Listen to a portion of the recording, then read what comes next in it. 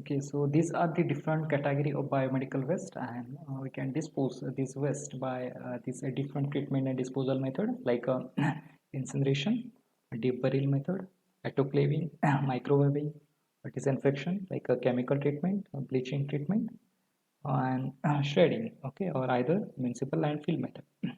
So these are the various methods which are used for the treatment and disposal of biomedical waste.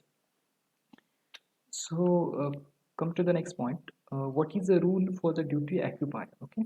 So every occupier of the institution generating biomedical waste, which include a hospital, nursing home, clinic, a dispensary, institution, animal houses, pathological laboratories, blood bank, should ensure that waste is handled without any adverse effect to the human health and environment. Okay.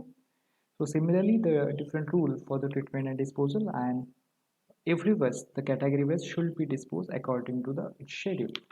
Okay, so these every occupier where required shall to set up in accordance with the timetable schedule, and this waste you can dispose by the different facilities like maybe incinerator, like autoclave, microwave system. Okay, and different rules for the segregation, packaging, and transportation and storage of waste.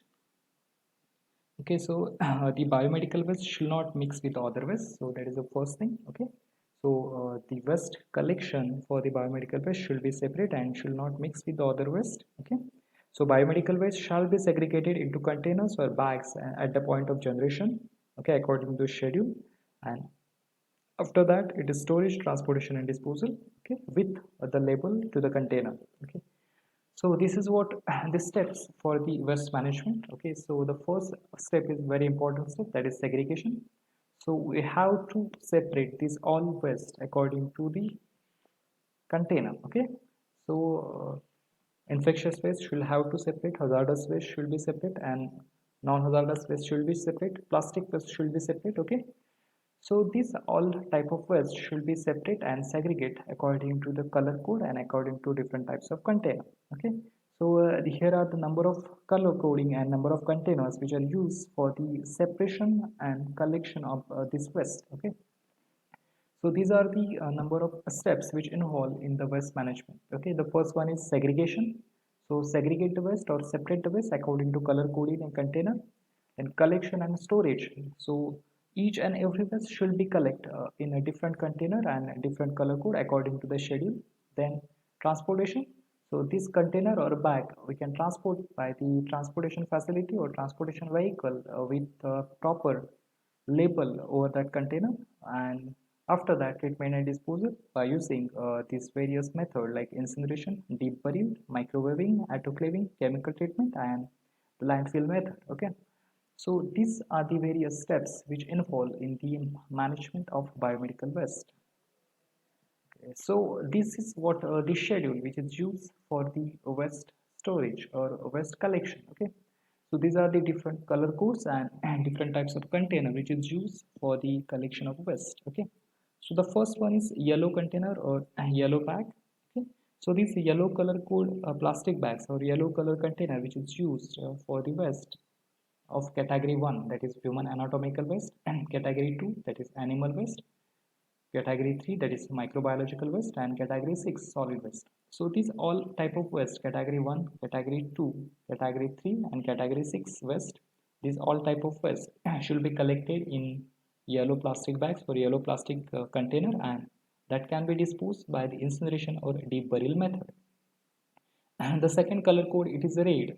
So red color bag or a red color container, that is a disinfected container or the plastic bags. Okay, so that can be used for the collection of which type of waste. So category 3 and category 6, that is the microbial waste and the soil dressing waste.